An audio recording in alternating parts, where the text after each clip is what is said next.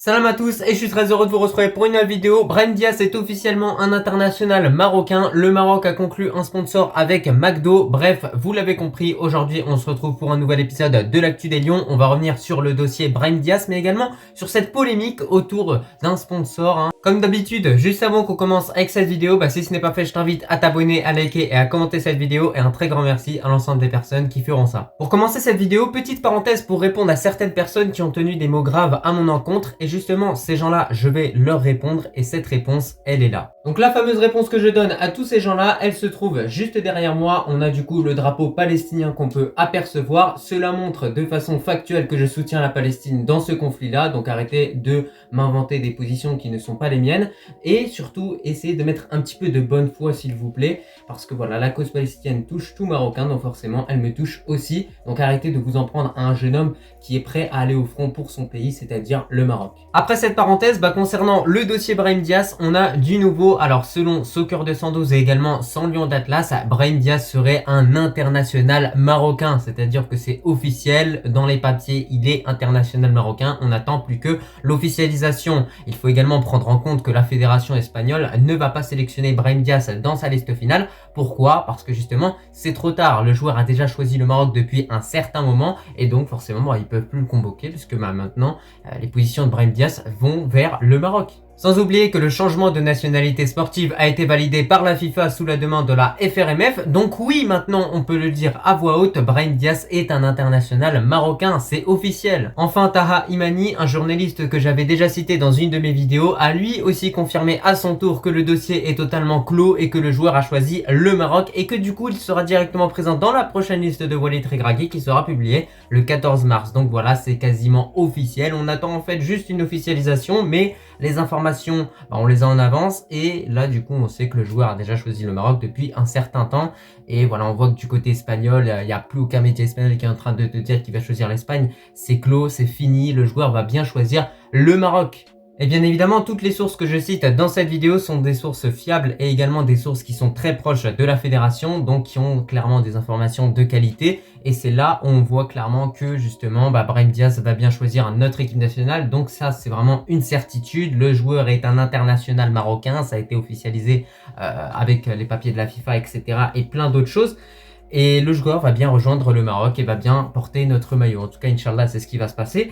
Et sinon, de plus, ce qu'il faut prendre en compte, c'est qu'on a sa famille qui s'est rendue du côté de Rabat. Et il faut savoir que tous les membres de sa famille sur Instagram suivent la page de notre équipe nationale et ne suivent pas la page de l'équipe nationale de la Roja de l'Espagne. Donc cela montre encore une fois de façon factuelle et réelle que le joueur va bien choisir le Maroc et non l'Espagne. Sinon, il serait soit pas abonné à l'équipe nationale marocaine et espagnole, soit abonné à l'une ou à l'autre. Et là, ils ont choisi le Maroc, ils se sont positionnés, ils ont fait une petite photo à Rabat. Donc voilà, ça veut tout dire. Sa famille est là-bas. Maintenant, moi je vous le dis honnêtement, le statut de Brahim Diaz va changer. On va avoir un joueur qui va arriver dans notre équipe nationale, qui va reprendre les rênes, qui va apporter vraiment quelque chose de très intéressant offensivement. Et c'est pour ça que j'ai hâte de voir ce que ça va donner. Et moi, je sais déjà d'avance que lors de l'annonce de la liste de Walid Regragui, on verra le nom de Brahim Diaz qui sera tout simplement scandé et à ce moment-là on pourra être définitivement soulagé, même si là moi je le suis déjà depuis quelques jours. Franchement, je sais que voilà, il n'y a plus aucune inquiétude à avoir, le joueur va bien choisir le Maroc, ça a été confirmé par tous les plus grands médias marocains, également par des médias français, etc. Et on a plein de sources très très fiables qui nous confirment cela. Foot Mercato également, qui te confirme également que Elias Benseguer sera convoqué. Donc voilà, ça va être assez fou ce qui va se passer lors du prochain rassemblement. Il va y avoir des nouveaux joueurs qui vont pouvoir apporter une plus-value à notre effectif.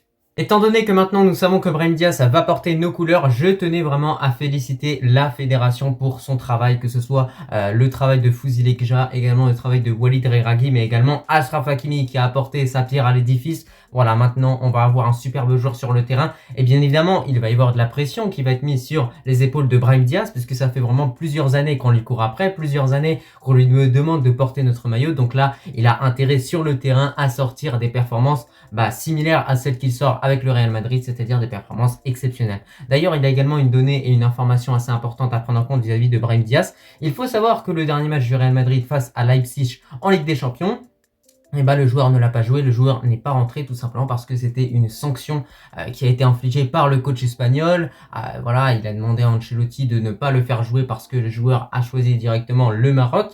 Et on a d'ailleurs le coach espagnol qui était présent au Bernabeu mais qui n'est pas parvenu à faire changer d'avis Brahim Diaz tout simplement parce que c'est trop tard, c'est plié et le joueur va représenter le Maroc. On voit que voilà, sur ces dernières années, au niveau du combat Maroc-Espagne pour choisir la nationalité sportive, et bah c'est à chaque fois le Maroc qui est en train de gagner. Voilà, parce qu'on les a battus lors de la Coupe du Monde et parce que le Maroc a également d'autres atouts que l'Espagne n'a pas. Maintenant, on va s'intéresser à l'information qui a beaucoup tourné durant ces dernières 24 heures, c'est-à-dire que selon TFT Morocco, et bah McDonald's devient le nouveau sponsor de l'équipe nationale, en plus de Couscous Dari, également Pepsi, et il y a une autre marque marocaine. Alors il faut savoir que par rapport à tout ça, déjà les avis sont vraiment très nuancés. On voit qu'on a deux avis qui sont assez différents, qui sont à l'opposé l'un de l'autre. Il y a des gens qui disent que c'est une honte, qui condamnent totalement fermement cela au vu du contexte actuel et de ce qui se passe en Palestine. Donc on les comprend ces gens-là, et moi je le dis encore une fois, dans leurs propos, j'ai pu écouter Akiba Possible, Chronique de Atlas, il y a vraiment une très très grande part de vérité.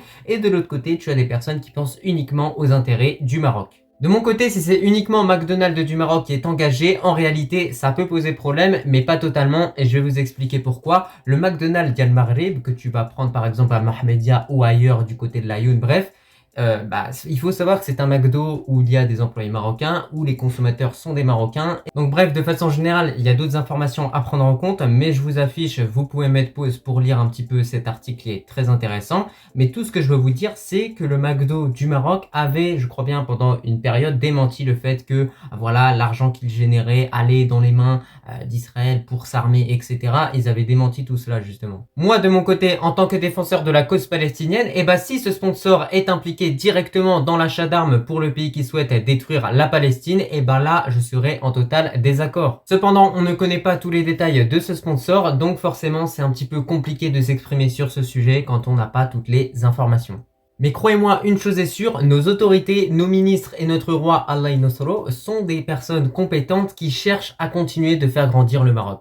Enfin, moi ce que j'ai pas apprécié, c'est qu'on a certaines personnes qui utilisent cette information pour directement salir l'image du royaume du Maroc. Par exemple, nous avons des Marocains qui viennent insulter leur propre pays. On a également des Marocains qui viennent te dire « Ouais, mais faut pas mélanger gouvernement, le peuple. » Bref, moi je le dis haut et fort, le Maroc c'est Allah al-Watan al-Malik. Où est le problème? Moi je le dis encore une fois, je serai toujours derrière mon roi parce que ce roi-là justement, il fait avancer notre pays depuis des années, depuis toujours clairement. Et au bout d'un moment, c'est pas en faisant le touriste à Marrakech ou à Saïdia ou etc. que tu es marocain. Être marocain, c'est défendre le Maroc, mais c'est également défendre son roi et également ses choix, parce que aucun choix n'est pris comme ça sur un coup de tête. C'est pas voilà, on fait un sponsor avec McDo. Non, non, il y a une réflexion, il y a un réel travail derrière tout ça. Sauf que ça, certaines personnes n'arrivent pas à se le mettre dans la tête. Puisqu'il faut vraiment savoir une chose avant tout, c'est que Al-Malik, notre roi Allah Nasro, c'est quelqu'un qui cherche avant tout l'épanouissement du peuple marocain, son bonheur, sa joie, etc.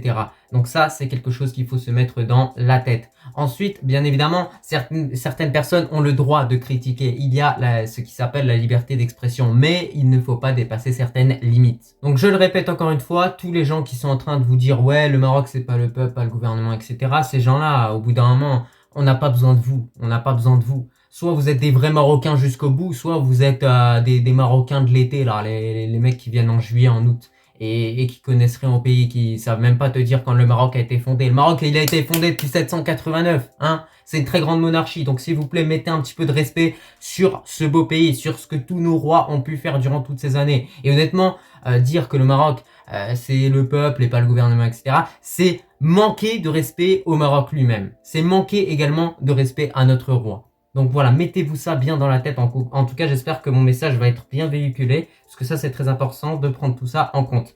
Depuis quelques heures, on a également des Algériens et Tunisiens, justement, qui viennent un petit peu nous narguer, justement dénoncer ce sponsor avec McDo. Mais moi, j'ai envie de leur rappeler simplement que la Tunisie a pour sponsor Carrefour, qui a été impliqué dans le financement d'Israël, je crois bien, vis-à-vis de certaines choses. Et c'est également le même cas de figure pour l'Algérie, qui a comme sponsor Coca-Cola. Donc eux, ils ont tapé encore plus fort que nous, mais ils viennent toujours l'ouvrir. Donc ça, c'est quand même assez incroyable. Et bref, il y a d'autres d'affaires qui tournent, qui font que ces pays-là n'ont même pas à l'ouvrir et les gens de ce pays-là n'ont pas à l'ouvrir aussi par rapport au Maroc. Parce que c'était nécessaire de faire toute cette petite parenthèse pour vraiment faire passer le message au maximum. En tout cas, moi, je te remercie si tu as regardé cette vidéo dans son entièreté et je te dis tout simplement à la prochaine. Vive le Maroc, vive la Palestine, Allah al-Watan al-Malik et je vous dis tout simplement à la prochaine.